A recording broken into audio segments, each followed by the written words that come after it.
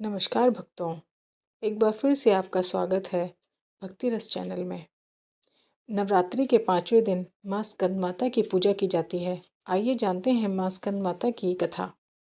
पौराणिक कथाओं के अनुसार ताड़कासुर नाम का एक अत्यंत शक्तिशाली राक्षस था। उसने कठोर तपस्या करके भगवान ब्रह्मा से वरदान प्राप्त कर लिया। उसने वरदान में मांगा कि उसे केवल भगवान शिव के पुत्र ही मार सकते हैं। ताड़कासुर जानता था कि भगवान शिव तपस्या में लीन रहते हैं और उनका विवाह भी नहीं हुआ है, इसलिए उसे लगा कि वह अमर हो गया है। वरदान मिलने के बाद ताड़कासुर ने तीनों लोकों में अत्याचार शुरू कर दिया। देवता, ऋषिगण और मनुष्य सब उसके अत्याचार से दुखी हो गए। तब सभी देवता भगवान ब्रह्मा, विष्णु और महादेव के पास गए। देवताओं ने प्रार्थना की कि हे प्रभु, हमें इस दानव से बचाइए।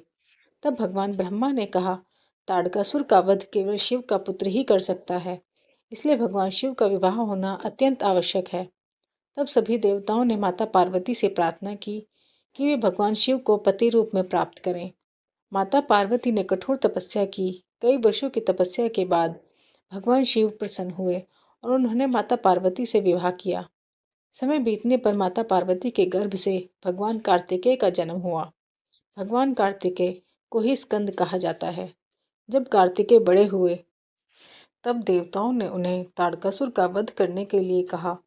भगवान कार्तिकेय ने युद्ध किया और ताड़कासुर का वध कर दिया। तभी से माता पार्वती को स्कंद की माता होने के कारण स्कंद माता कहा जाने लगा।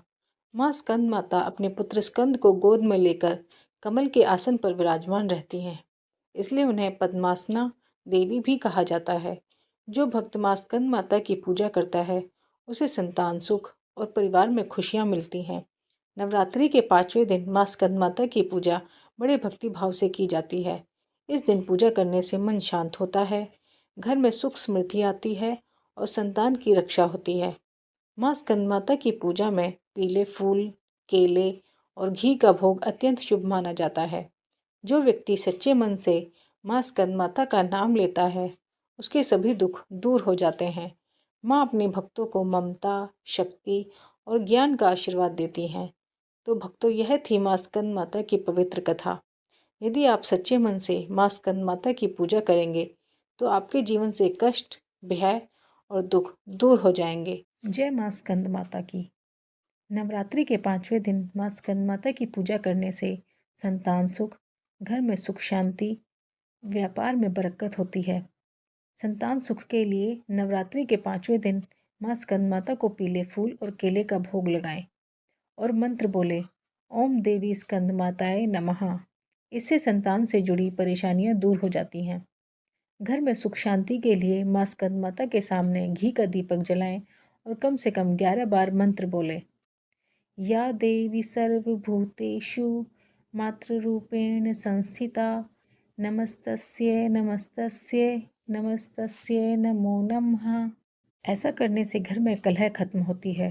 धन और तरक्की के लिए माँ को पीले मिठाई का भोग लगाएं और पूजा के बाद बच्चों में बांट दें। यह उपाय करने से रुका हुआ कार्य भी शुरू हो जाता है।